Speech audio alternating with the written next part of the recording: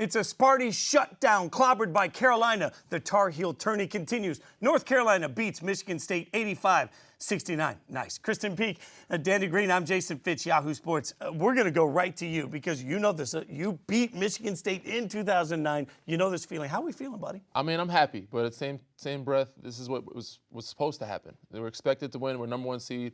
But this was a really good team. One thing I didn't like was how we started, but we came back, bounced back from the first 5 minutes or so. They came out very hot, and we played a really good game. Missed some free throws down the stretch.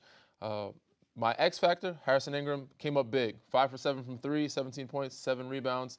That was huge for us tonight. So we're going to need him to play like that. We're going to need RJ to continue to play and Elliott control the pace, but we need those other guys to step up. So this was a good win, but hopefully they can celebrate tonight, refocus, and not take lightly who they have in the next round. KP, what'd you take away from this? Let me just say that, he talked about their slow start, and watching a game with someone who played at North Carolina, has a lot invested in this team.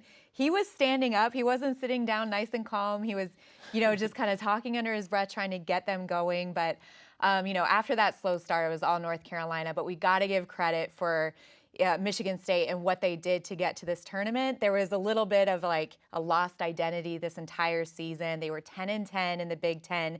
They finished 6th in the conference. So for them, and especially the senior leadership of Tyson Walker and Malik Hall, to get them to the second game of the tournament and give North Carolina a little scare. I mean, I know you say you're confident now, but going into it, you see Izzo in the month of March, and there's always that worry. For North Carolina to come out of that, I mean, kudos to them, but they're the #1 seed, like you said, and they should have won this game. No, they did a really good job, Michigan State, of starting out and going at them in the paint. And said Malik Hall, I was impressed by him. I think he raised his draft stock today.